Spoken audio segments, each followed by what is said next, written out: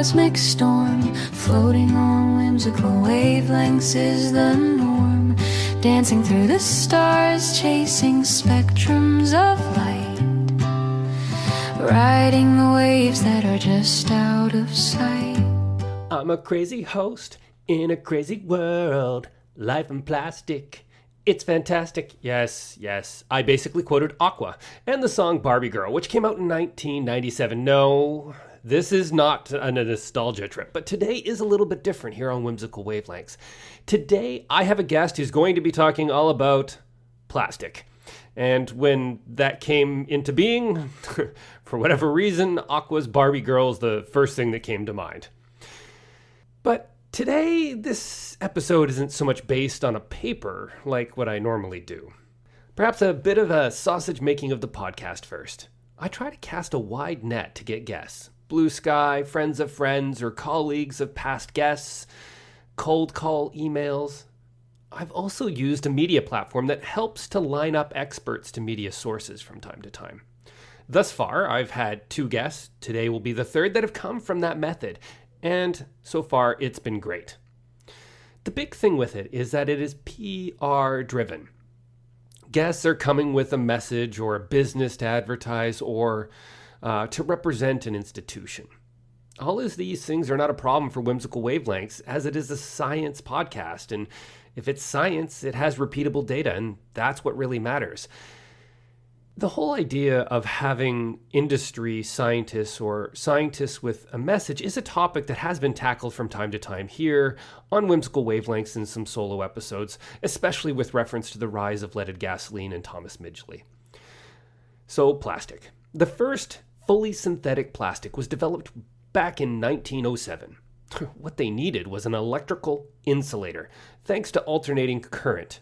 Also covered in season 1 with Nikola Tesla. So, alternating current, electricity. It was being wired to all kinds of new places, creating a problem of how to insulate these wires. With the success of developing a plastic to do just that, companies began to research and explore what other plastics could be made. World War II created demand for synthetic substitutes for just about everything. Because resources were scarce. We needed things at scale, and plastic could do that. Shortly after World War II, some thought of plastic and created an almost utopian vision of the future, with abundant material wealth thanks to an inexpensive and safe sanitary substance that could be shaped into basically anything. Oh, how those visionaries would be so disappointed with today. The 1960s brought about environmentalism, with plastic debris starting to collect on beaches, the sea, and the environment. The 1970s saw leaded gasoline come to its final phase-out plan. CFCs were next. But plastic has stayed. Sure, there's been some regulatory push against plastic, particularly more recently. Canada, where I'm from, for new listeners, we've banned single-use plastics, including checkout bags, cutlery, food serviceware, all made from, quote, problematic plastics, like ring carriers, stir sticks, and all the like. Even the FDA in the recent past has removed a chemical from drinking plastics used by kids. Recycling of plastic has also greatly increased over time, although sometimes with mixed results. Plastic creation and waste is also reaching new levels. We're starting to find and monitor this pollution everywhere. The water, the land, the air. Listeners are probably aware of the Great Pacific Garbage Patch in the Pacific Ocean. I also bet you see plastic coming ashore on local beaches and have heard about other possible environmental and health effects from plastic. At this point, much of the data is actually nuanced.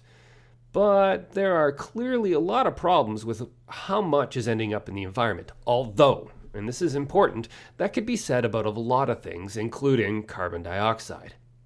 An interesting guest will join the discussion in just a moment, and this intro is a bit longer than most, but the topic needs a bit more framing. With all the new technology and movement forward, plastic has been an enabler. Material science is huge, and something as simple as vaccine distribution in a global pandemic would have been nearly impossible at the scale it was needed without plastic. Our technological world truly requires it. Circuit boards, clothing, vehicles, personal protective equipment like helmets, and the like. And of course, I've already mentioned wire insulation. Some things, given our consumption habits, are just not possible without plastic. It's here to stay. And it's important to recognize that I write these intros before I interview guests. And the guest gets to read them in full, as a draft. I've never read the same thing the same way twice for the podcast, and ad-libbing new phrases and wordings kind of helps it make it seem a bit more natural. Although they get to see and read this whole intro beforehand, I still reserve the right to change the intro. And I haven't had to drastically change the intro yet. Today is no different. However, I feel I failed at digging into more of the nuance in the discussion about plastic and plastic pollution. I'll try to address this at the end of the discussion instead of here. Today's guest has published books and has made the podcast circuit to bring to light that plastic is not necessarily an enemy. Today's guest got his PhD from the University of Sussex back in 1993 and spent the last 22 or so years in a variety of different positions in industry, solving scientific problems and marketing. Since 2016, at least according to my research via LinkedIn, he's been flying solo as an independent consultant. So please welcome Dr. Chris Darnett. Thank you very much for having me on the show. Really appreciate it. Yeah, awesome. Before we jump into the main topics, this is a science podcast after all, and you have an academic background. So let's try your PhD first. Back in 1993, what was it and how did that lead to your career in science? Yeah, well, it all began when Professor Norman Billingham, who's really a legend in polymer degradation, he sat me down with a bottle of cider. It was a 2-liter bottle. I still remember it because there was only 2 times in our undergraduate when we would get free alcohol. So he sat me down in the beginning of my chemistry degree and said, this is why you should study polymers, because about a third of chemists end up working with polymers, but only a very small percentage are actually trained in it. So he said there's always more demand than supply, and that's a good place to be. So, and plus he had the alcohol right, so he was convincing. And he was right. It turned out to be really fascinating. He was a genius teacher, and he's one of the reasons I'm able to do what I do, that he showed how simple science can be if you really understand it yourself, how much fun you can make it, and how simple it is to explain. So that's where it all started. And then my PhD came on from that. He also helped me get industrial sponsorship so that I could afford to do my PhD and so forth. And that was on electrically conducting polymer colloids, so dispersions of polyaniline and polypyrrole. Most people think of plastics as insulators, but you can actually get ones that conduct electricity too. Sure. Maybe we'll pause there and go, wait, you just used a bunch of words. I don't know what they mean for the different polymers. Polyaniline and polypyrrole, those are the electrically conducting polymers. Yeah. There are some other ones too, but that's what my PhD was on, making those. So can you use those as like a resistor instead of carbon? Yeah, you can. And you can use them in batteries and so forth. The thing is, most of them are not very stable because they have a lot of double bonds in them, so they're very sensitive to oxidation.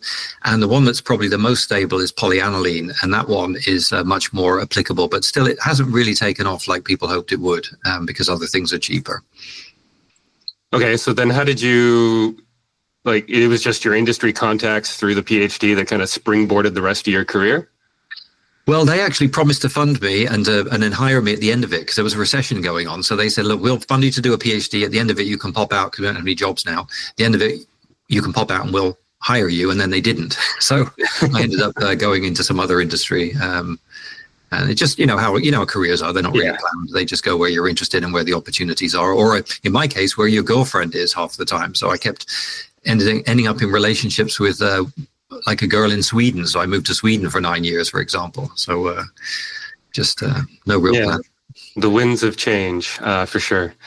So I didn't look into every appearance that you've made via media and podcasts. Your bio lists BBC, The 60 Minutes, and a few others. I've also listened to a couple of podcasts you were a guest on. It seems like there are quite a lot of them. Is this the first science podcast you've been on?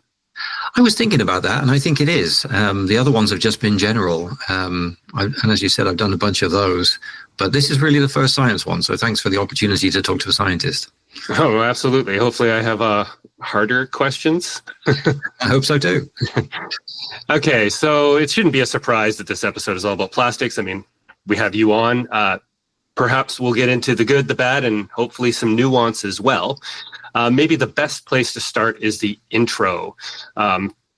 As you'll hear, the rest of you listeners, that I write the intro, I give it to the guest ahead of time, kind of a check on myself, so to speak. So in that regard, is there anything that needs more context or fact-checking before we get into it?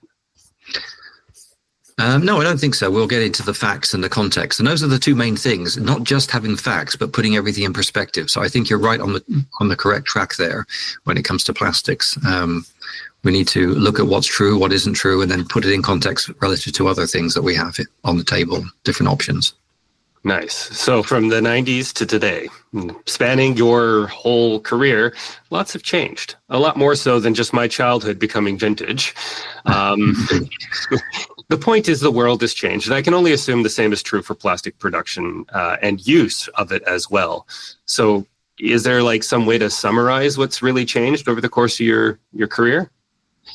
I would say the biggest changes I've seen are just in efficiency. So the layperson doesn't really understand how much time and effort goes into making things cheaper and achieving the same goal with less material. And if you look at PET, a 500 ml PET bottle, for example, that used to be like 22, 25 grams, and now the record is 8 grams. So people don't realize we're making the same things with a third as much material, which of course is good for our pocketbook and it's good for our environment as well, because the less material you need to use, the better things turn out to be, the more efficient you are. So that's going on behind the scenes, partly for cost reasons, but also partly for environmental reasons. So there are steady improvements going on all the time, even without any environmental mention or push. That's been happening for decades. That's probably the biggest single change I've seen. Also, the increased use of it in automotives, that's been really a big trend, that they use more and more plastic. And that allows them to make, of course, the cars get lighter, and that means we can afford to, because we save weight, now we can put in our GPS and all of our gadgets and the stuff that we want without ruining the miles per gallon. So that's been a big thing as well, the adoption of more plastics in planes and cars and so forth, which of course saves fossil fuel when you do the calculations. Yeah, for sure. And you mentioned PET. I know it as the plastic that all our plastic bottles are made out of. Is there anything else it's used for? Yeah, it's used for, the main things that PET is used for is polyester clothing. So when you hear polyester in clothing, that's also PET. So you can take a bottle, you can use it, which is also the lowest impact solution. If you look at a life cycle study, it has the least energy and so forth. So you can take that bottle, you can use it, it's the best option. You can recycle it 10 times, which people don't think you can do with plastic. They assume you can only recycle it once or twice, but you can recycle PET 10 times. That's a peer-reviewed study. Everything I say is peer-reviewed, and I cite the studies verbatim. And then at the end of that time, you can no longer make a bottle because the polymer chains have been shortened too much. And now you can still make polyester clothing with it. So even after you've made a bottle 10 times, you can still make clothing that will then last you another 10 years. So it's pretty cool that way. Yeah, I think we'll get back to the recycling whole side of things in a little bit. Now, this is a bit outside of my normal formula, because normally I ask for a scientific paper, something to frame the episode around to create a kind of a clear story. It's also really nice to use verifiable articles that have gone through the peer review process. Mm-hmm. But nevertheless, I was offered the chance to have you on as a guest and saw the initial takeaway messaging and was like, huh, what? And to be fair, not in entirely a good way. And I have this all the time. I'm a volcanologist, so I'll see an article headline about Yellowstone and I go, oh my goodness, what the heck is this? And then I read the article and the article's fine. Like the underlying science, I could quibble, I could whatever, but underlying it, you're like, okay, fine, no big deal. But why the headline? And I kind of got the same reaction when take a lot of your big takeaway stuff where it's like a clickbait headline. So is that a kind of a surprising thing to you? Not really. I mean, they've done studies, and no matter how high your IQ is, if you hear a lie enough times, you believe it. So even IQ doesn't defend you against this. And politicians do it to us all the time. And we see it online. We see things in the media. So we already have preconceived ideas. And it's very hard to push back against that because it generates cognitive dissonance, right? If you see the evidence, no matter how overwhelmingly convincing it is, and you've already got something in your brain, it is hard to overcome that. But you made a point about peer-reviewed studies, and that's the basis of all my work. I've read 5,000 of them unfunded because I care about truth. My own daughters were lied to at school. So let me frame, as you just said, and not only that, I read the 5,000 studies, then I wrote 2 books, which I give away for free, and then I sent them to professors all around the world who I don't even know, right, to check it. So if I was a charlatan, I would be shamed by now. I would have been outed as a fraud years ago for shaming nonsense. But these professors endorsed my book willingly without payment, right? So it's all true. And nobody's found any errors in 5 years. But let me frame it as you just, so what I'm trying to say is everything I'm saying is peer reviewed. It's not from me. And even my book review is peer reviewed as well by top professors. And if you were to summarize it, to give that frame you just asked for, it would be that plastic is 0.5% of all materials we use, and it has least impact 9 times out of 10. So not to say it doesn't have any impact, and not to say we don't use a lot of plastics, we do, but that's the perspective you were talking about. We need to say, a bit like what's that thing that Winston Churchill said, that democracy is the worst form of government apart from all the other ones we've tried. It's a bit the same as plastic. Plastic is the worst material apart from all the other ones that we've looked at. So it does have an impact. It could be better, but it's not the demon that we're led to believe. Right. Yeah, so part of this process for myself is before reading your books, I went to the peer-reviewed journals and tried to arm myself with a little bit of knowledge before diving into them and actually reading them. Although there are some specific examples we can perhaps get into, nothing I read in the peer-reviewed literature really changed my priors. And then I got to the books, and once I got past the initial first paragraph prose, I was like, this is all agreeing to everything that I already had as a prior and what was there. So I was just I'm still surprised that I still have a gut check from the window dressing of the message. And maybe that's just because I'm a scientist. Maybe that's because I'm not used to interacting with the everyday person on the street. I don't know. Like, is that something on me as a podcaster that I'm doing a poor job of, that I'm not able to connect to people? Because there's obviously something you're doing. You're getting onto these shows and other things. Is it just, am I being too wishy-washy in my academic persuasion? Well, to be honest, I'm not good at it either. I'm a crusader for truth. My daughters were lied to at school, and that made me angry. And so I'm out here, and my message, to be honest, is only resonating with logical people who really care about truth. And that's only 5% of the people. So to be honest, I suffer from the same thing you do. I'm able to take the science, I'm able to distill it down, I'm able to make analogies that get through to some people. But to be perfectly honest, I will never win this fight. I'm up against people with millions in funding, with professional marketers who show you sad pictures of polar bears or some nonsense that doesn't, something that doesn't even exist, like a floating island the size of Texas that isn't there. So I suffer from the exact same thing. I am good at making analogies. I am good at simplifying it. But at the end of the day, most people just love to hate on something without any evidence, and they're too lazy to even glance at evidence. So I have to applaud you for doing it, to looking, instead of having that first allergic reaction to this can't be true, to looking a bit below the surface. And, I cite these studies verbatim. There's like 200 links on the website where you can go and check it yourself. So everything checks out. If it hadn't done, somebody would have said something over the last 5 years. So I suffer from the exact same thing. And also, I don't have the budget. People say, why don't you get on Joe Rogan? And I'm like, well, great. You help me get on Joe Rogan. I don't know Joe Rogan, right? Or get on the TED Talk. It's like, and I apply and they say no. So I'm in this weird position that I'm doing something because I believe truth means something. I know I'm going to fail, but as a scientist, our job is not to advocate for any one material. Our job is to share the science so that people who are logical and people who genuinely care have a place where they can find accurate information. And if you ask me, would you take a PET bottle or a metal can? I'd take the metal can or the glass bottle any day. I don't like the feel of the PET bottle. But what I don't like is that people are picking the others and paying more for the glass or the aluminium, not because of that, but not because they wanted it, but because they were lied to. That's what rubs me the wrong way as a scientist. We shouldn't have people paying extra to make the environment worse because they were told lies. That's what fuels my crusade against this misinformation. Yeah, it's fair. Perhaps just because it's come up a couple times already, and I already knew that the Great Pacific Garbage Patch wasn't a true island of garbage out in the Pacific. I wasn't. Right. It's perhaps I'll try to summarize what it is, and then you kind of expand and correct. So the Great Pacific Garbage Patch is basically, it's due to oceanography is the reason why it even exists. That's not to say that we wouldn't have lots of plastic in the ocean. It's just it gets concentrated due to our ocean currents in a big circular dryer out in the Pacific Ocean. Now, that particular patch or area, although it collects it, it has a higher concentration of it. If you're looking for it when you're driving through it, you will find stuff. If you are not looking for it, you may not see a single thing, is kind of the way I look at it. And there is a lot out there, but it comes down to concentration. Yeah, that's perfectly put. So they do studies on this. We have 50 years of data on it. So the problem is that every green group and every government says that there's 10 or 12 million tons of plastic going into the ocean.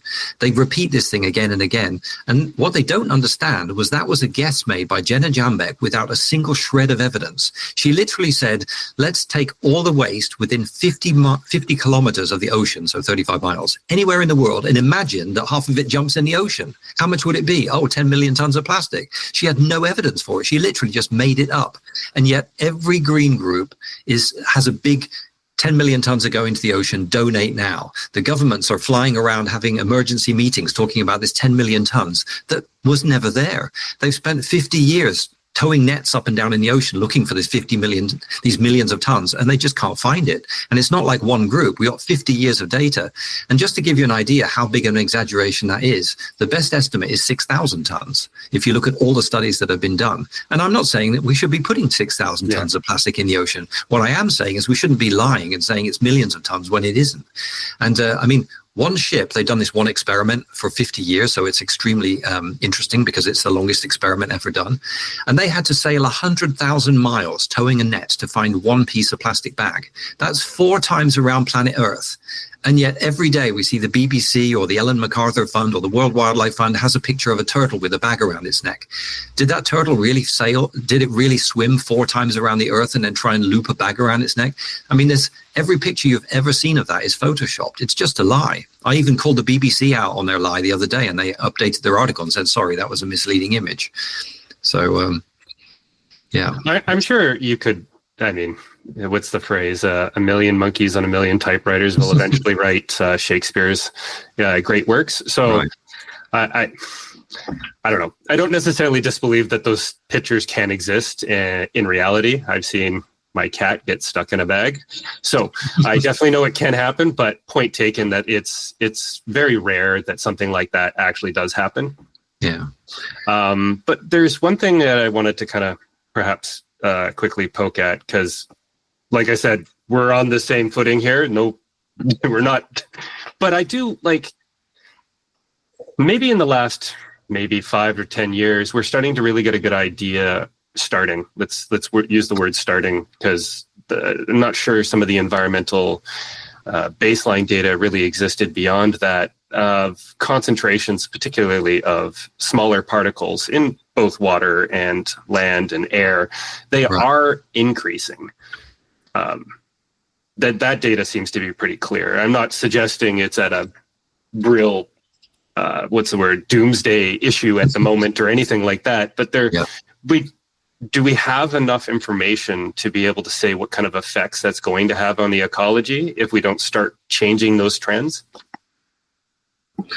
Yeah, we do have the data. The funny thing is that people think that this microplastics thing is a new, unstudied threat. And that's because they haven't read the science. We have 50 years of studies on microplastics. We have 2,000 studies, and they're non-toxic. So just to give you an idea, the amount of so particles can be dangerous. About 8 million people die a year of too much particles and unsafe air. So that can be a thing. But if you look at the plastic component of that, it's 0.001% of dust we ingest, and it's non-toxic. And what do I mean by non-toxic? I mean, it's less toxic than table salt, it's less toxic than caffeine. You could eat, literally, this is experiments done on mice, you could literally eat a coffee cup full of plastic pellets every day for months and nothing happens.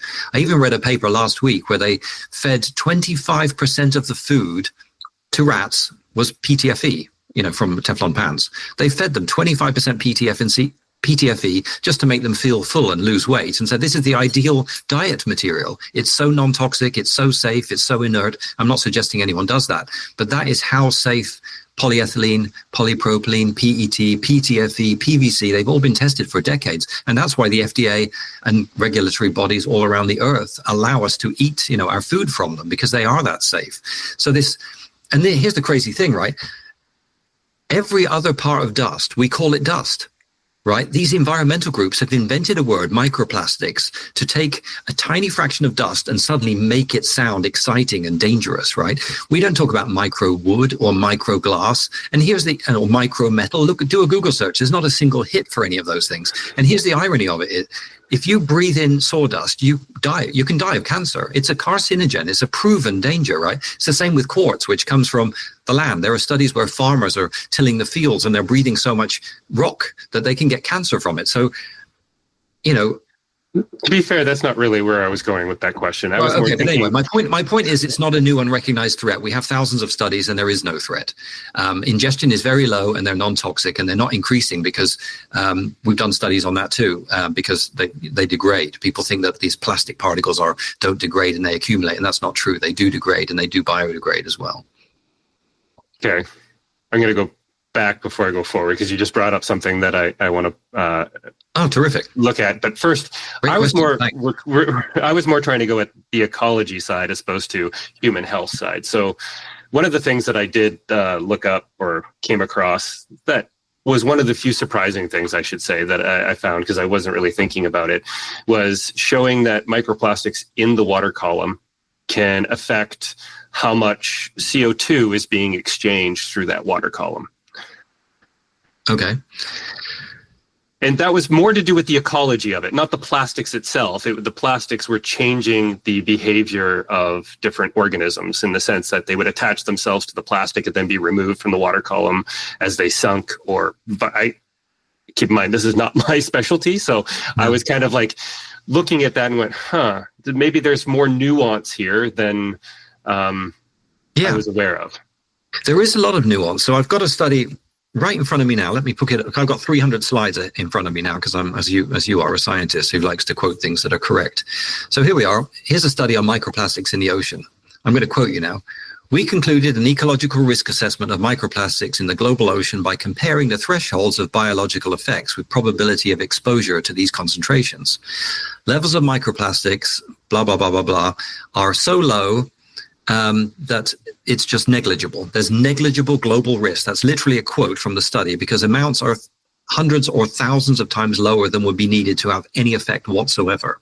So this is the problem with many of these studies. What they do is they take a million times too much plastic. That's what they typically do in these studies that look like there's something scary. They take 1,000,000 times more than is really in the environment, and then they compare it to pure distilled water.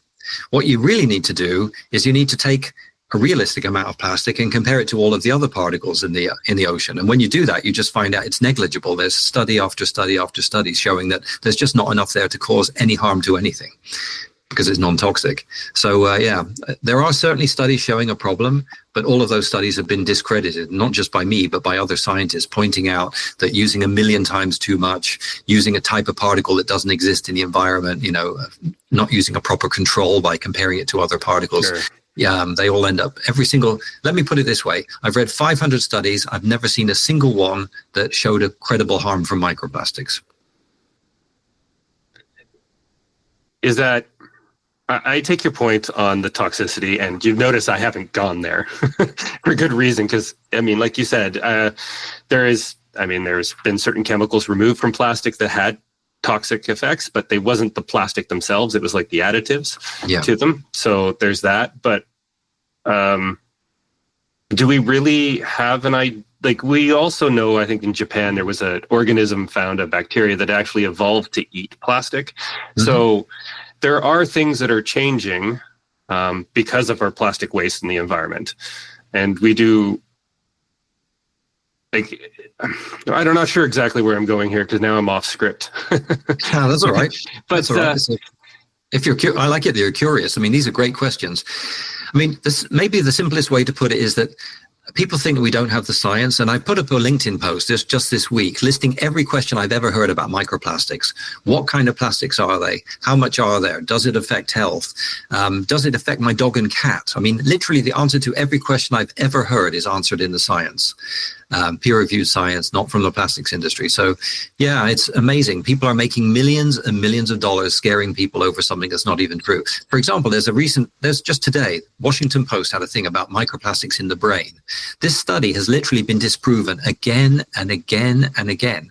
So they did a study using a technique called pyrolysis GC mass spec. That's where you take a sample, you more or less burn it, right? You heat it to really high temperatures and the molecules fall to pieces. Then you measure those pieces and say, oh, I wonder what that molecule could have been, right? So you're guessing somehow. And what they've proven is other scientists have said, you cannot use that method for detecting plastic in the brain because it detects fat and says, oh, this might be plastic. So other scientists have literally said, don't use this method. It doesn't work. And this story has been going around and around the world multiple times on Washington Post, New York Times, all around the world, again and again and again. And no matter how many scientists point out that it's nonsense, they just keep going because they're selling advertising dollars. You know, the more extreme and ridiculous the claim is, the more advertising clicks you can get with it. So I just wrote to the editor of the Washington Post today saying, please stop posting this nonsense. And imploring them and sending them study after study, proving that it's just fiction. Is this the same? I think I read maybe this morning and not the Washington Post. That was the one that they made a claim that we have a 50% increase in the brain due to plastics since 2014 or something like that. Yeah, it's complete nonsense. Yeah. Was that the study? Yeah, I was the first to debunk it more than a year ago. I have a whole webpage on it. And it's not just me. Like I said, there's other scientists saying this is just awful, awful, invalid nonsense.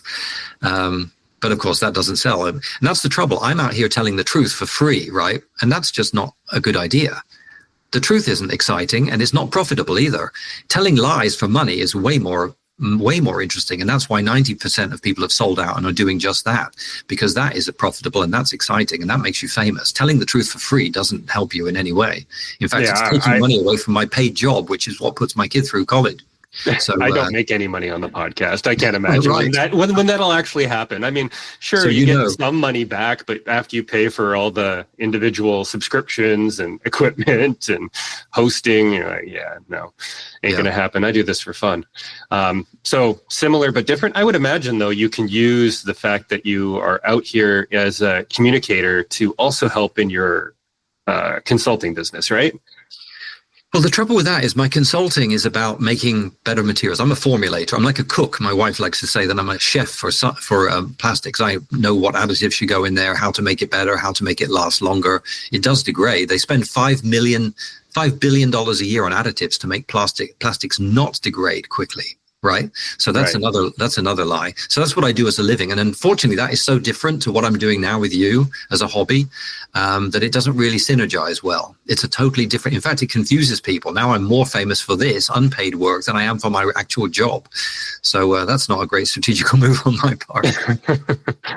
Well, maybe one of these days you can write a different type of book and be all about the conversations you've had and maybe make money off of that one. Yeah, who knows? I mean, as I said, people always assume they're like always on a podcast to give away his, to sell his book, and here it is, but it's for free in multiple languages. It's for free. I was able to download it, and like my first one is. Yeah. And my first two books. The first one was about innovation and how big companies suck at it and how to improve.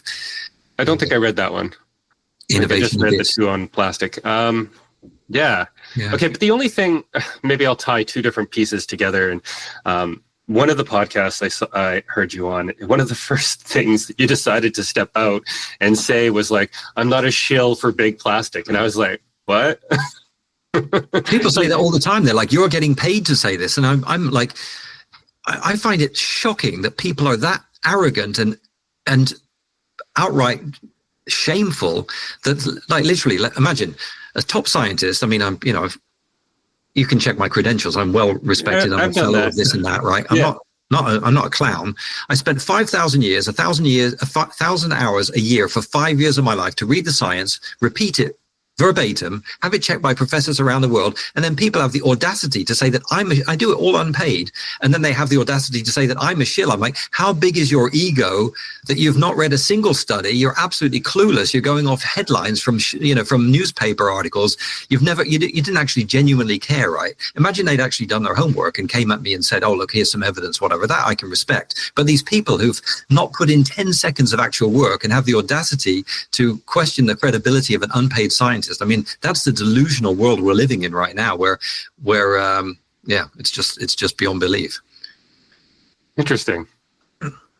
So it is something that you've had to deal with so often that sometimes you feel like you need to step up and say it right from the get-go, as you'd be like, look. Yeah, because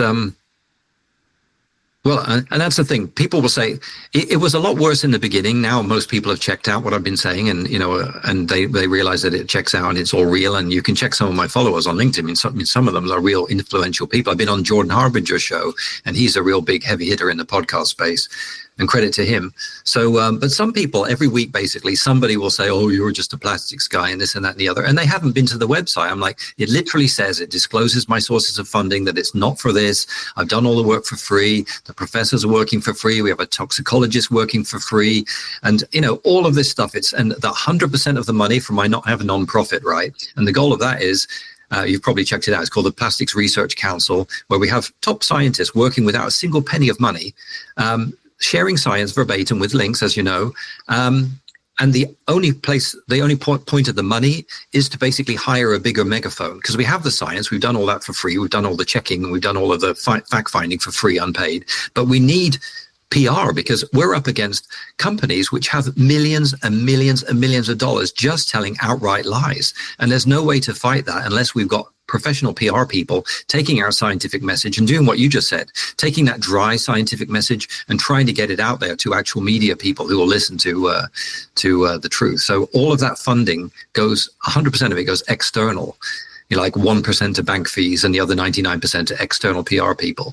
So, and yet they'll still come at you and say, well, it's the Plastics Research Council. It must be full of a bunch of shills. And I find it insulting. And these people should almost be prosecuted for slander, for taking people who are working out of the goodness of their heart to do something for humanity and then criticizing them for it. It really is shameful, but people don't have shame anymore.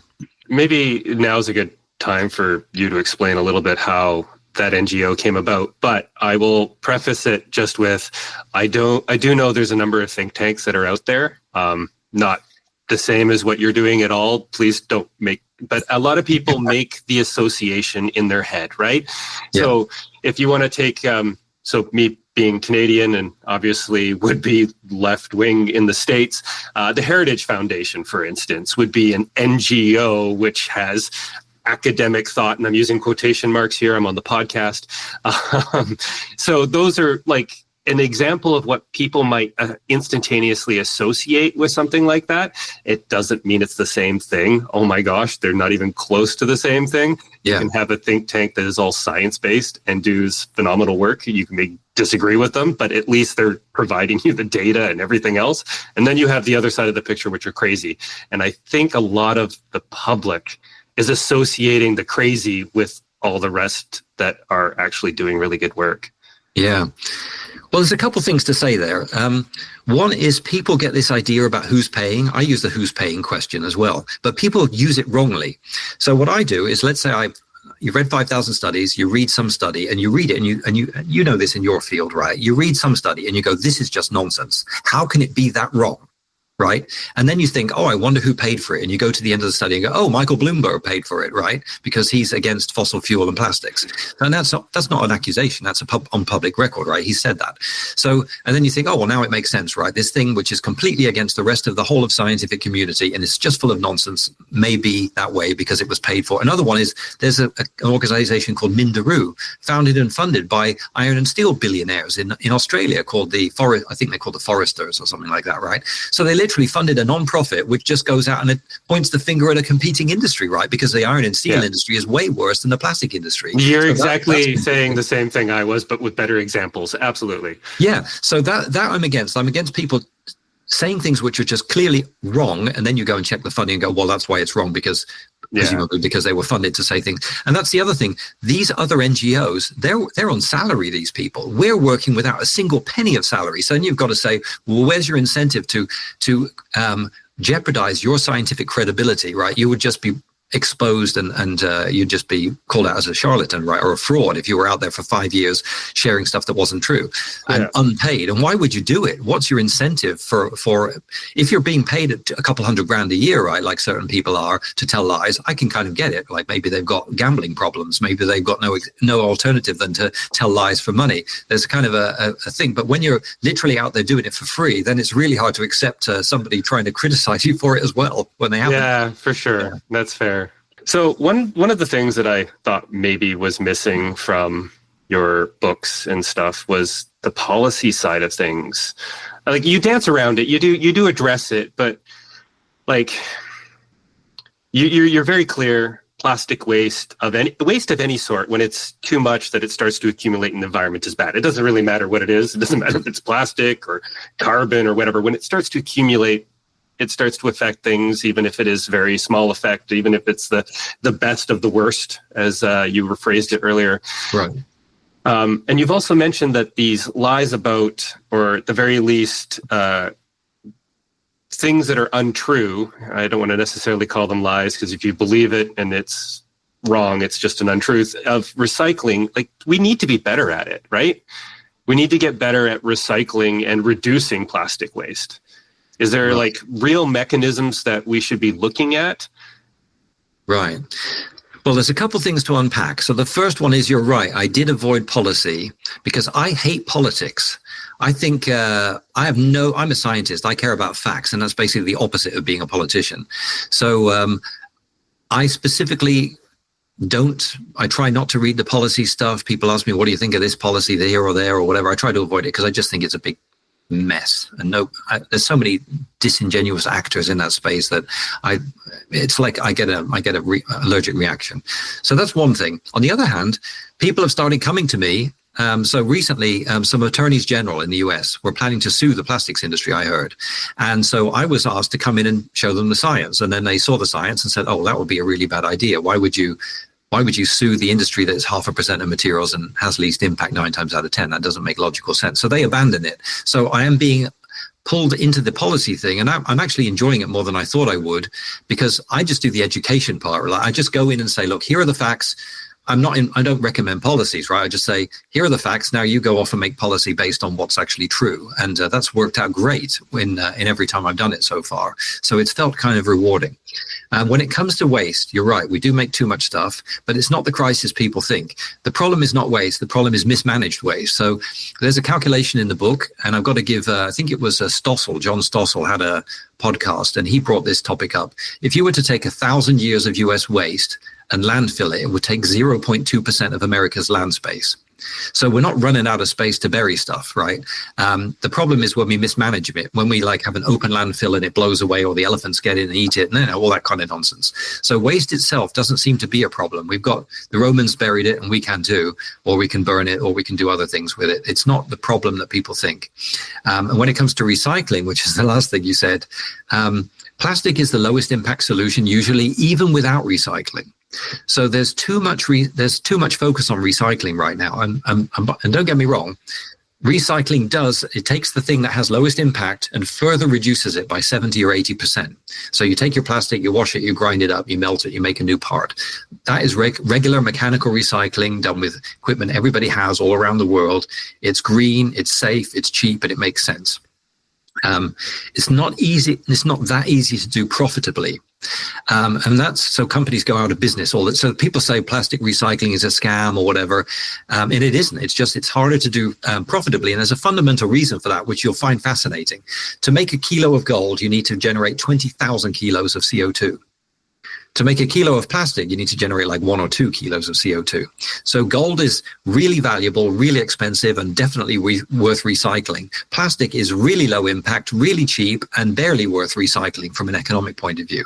So this is basically a cheat the aluminium industry is perpetrating on us. They're telling us go and use an aluminium can, because at the end of life it's got so much energy embodied in it, and it's worth so much. I'm like, yeah, of course it's worth so much. It was a worse solution. It used more energy. quality, it took more cost, and it's worth more at the end of the life. And the analogy I like to use is this. Imagine I told you, don't buy a Fiat car, go and buy a Ferrari because it will have a higher trade-in value. And that is the same exact thing that the aluminium industry and the glass industry are trying to perpetrate on us. They're trying to say, go and use this worse, more expensive solution because at the end of life, it will have so much more value. Of course, it will have more value, just like a lump of gold would. Nobody throws away gold. But you see what I mean? This is a false way of thinking. We should use whatever option has the least impact and then recycle that.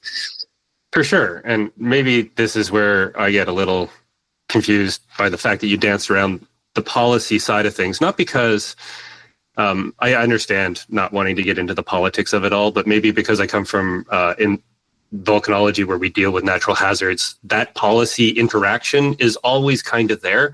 You're always trying to educate the policymakers on what's happening at the volcano, and then you can suggest things, but fundamentally the decision rests with them, right? So that's where I am now, and that's new since the book. So since the book, I've got more involved in that. You're exactly right. I did avoid it.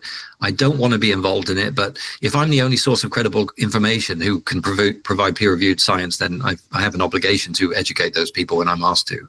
Right. So one example is here in British Columbia, and it changes from province to province, state to state. If you're in the United States, our plastic bottles cost the same amount to return. They have the same value as the glass bottle. It has the same value as the aluminum can. Oh. Everything is 5 cents. You get a nickel back. There's a reason why you don't find many plastic bottles around because everyone collects them. They're all returned. Yeah. They put price on plastic bags, and I'm not saying this was the right play, so you can't easily get plastic bags at checkout, and paper costs you money if you want it at checkout here.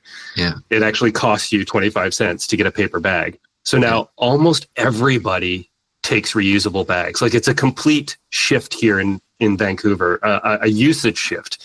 So I can see that policy does work when population buys in. I also read some papers where they banned plastic in some third world countries, and that just created more mess because they started bringing in plastic from other places to fill the void. And you're like, oh my goodness, this is an example where it doesn't work. But there does seem to be a lot more space in the policy realm to be able to make real changes, both to reduce our carbon footprint because we're using the material that is lighter, etc., as well as having managing or mismanaging less waste. Yeah. Well, here's the problem with policy. So we've allowed the consumers to be lied to for 10 years. The plastics industry stood by, their trade association stood by, and now everyone believes the lies. So if you look at a recent McKinsey report and you ask people what's greenest, they say glass, which is just wrong. That is scientifically wrong. And then they say the second best is paper, which is scientifically wrong. And the third best is metal, which is wrong.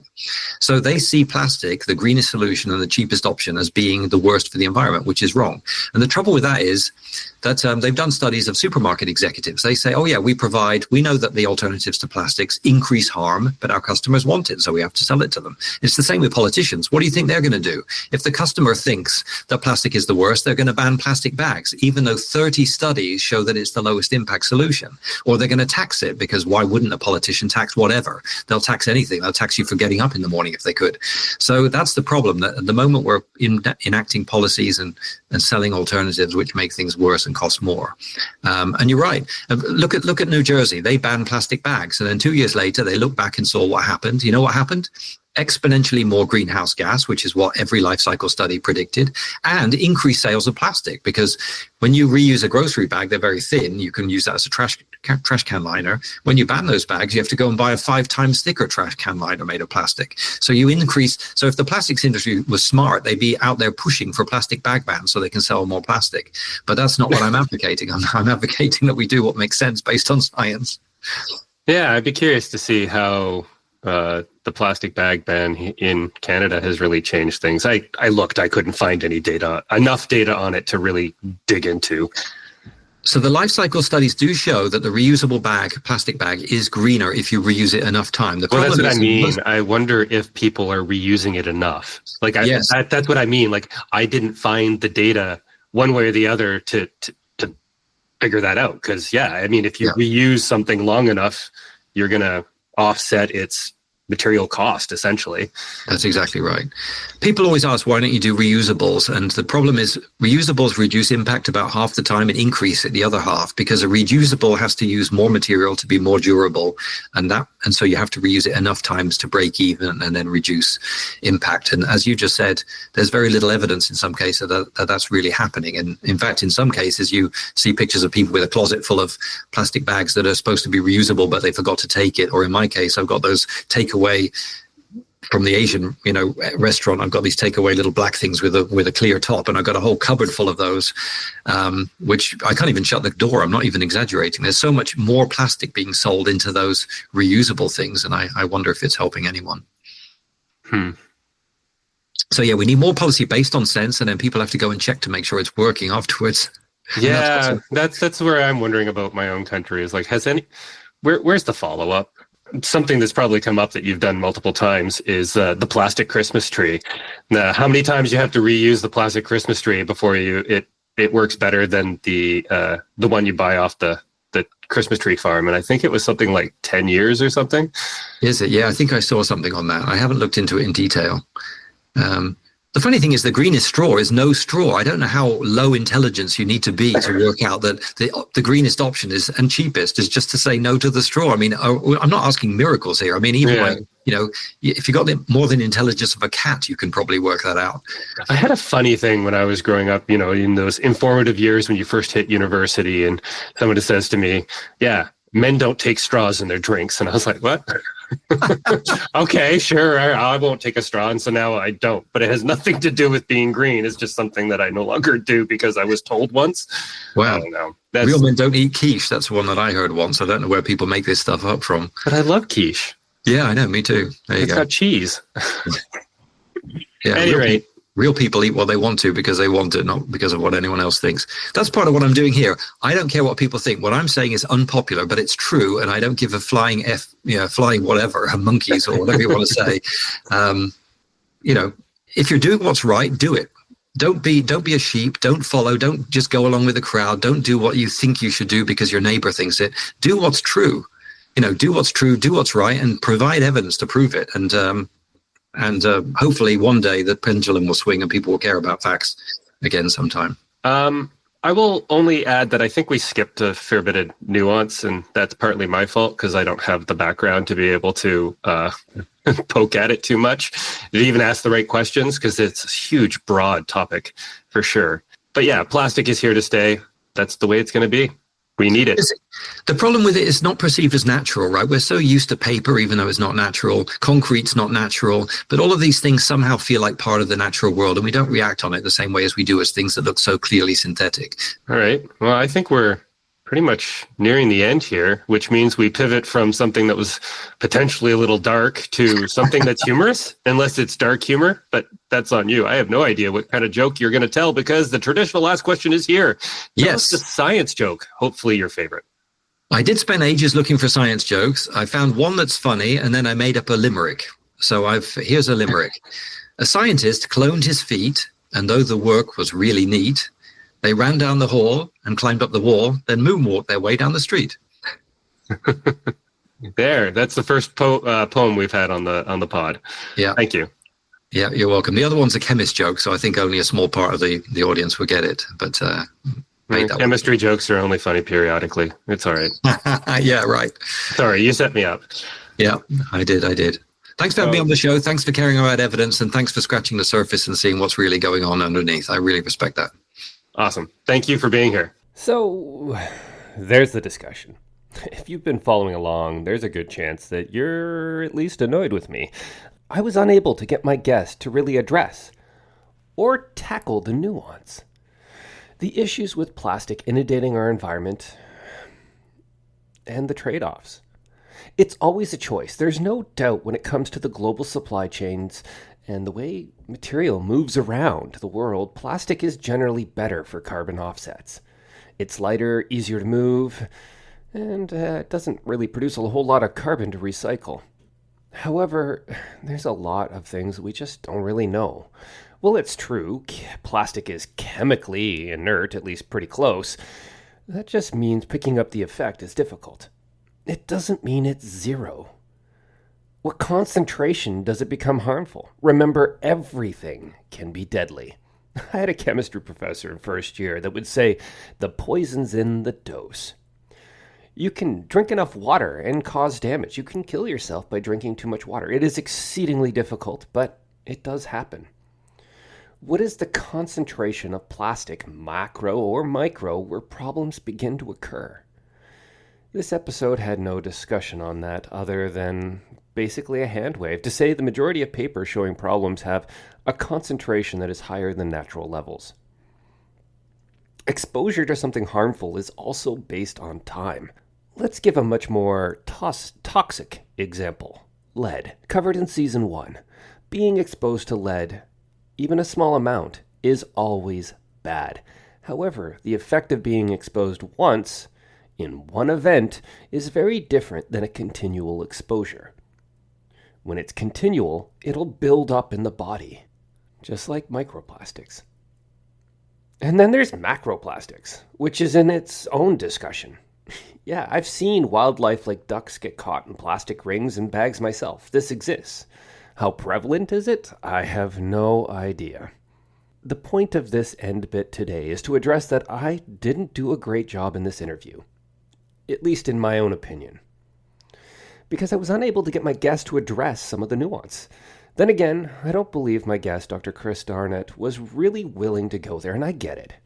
There's a lot of guesswork or back-of-the-envelope calculations with huge assumptions floating around media. It's not really science-based, and it's become very political.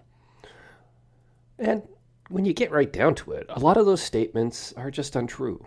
And he feels the industry has been unfairly vilified, and the whole thing is just part of lies when plastic can be part of many solutions. And it's just clear that modern life requires plastic.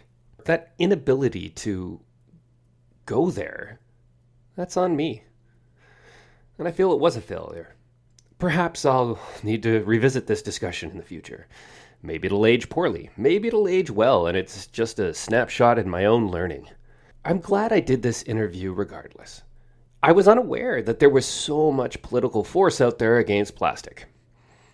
I always just understood there was trade-offs. It's a good thing and a bad thing at the same time. I definitely missed the mark here, and with respect to the nuance, being able to discuss plastic and its effects on the environment. However, it is still true that plastic is not bad per se. It's all about trade-offs, and often it is the right material for the task. Hopefully, all of you people out there on the internet listening can give me some feedback, how I did, or how poorly I did. Maybe hate me, or maybe just that's interesting. Not sure I agree. Regardless, that was the episode here on Whimsical Wavelengths. Next episode deviates back to something a little bit more comforting, to paleontology. In 2 weeks. I'll see you then. In a world so chaotic, so misbehaved, echoes of melodies remind us it's all waves.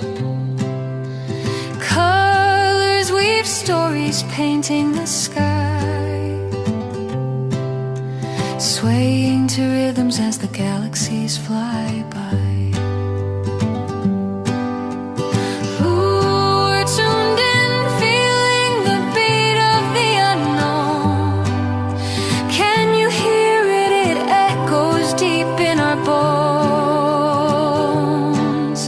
Through this melodic maze, our minds explore, chasing down wonders, always seeking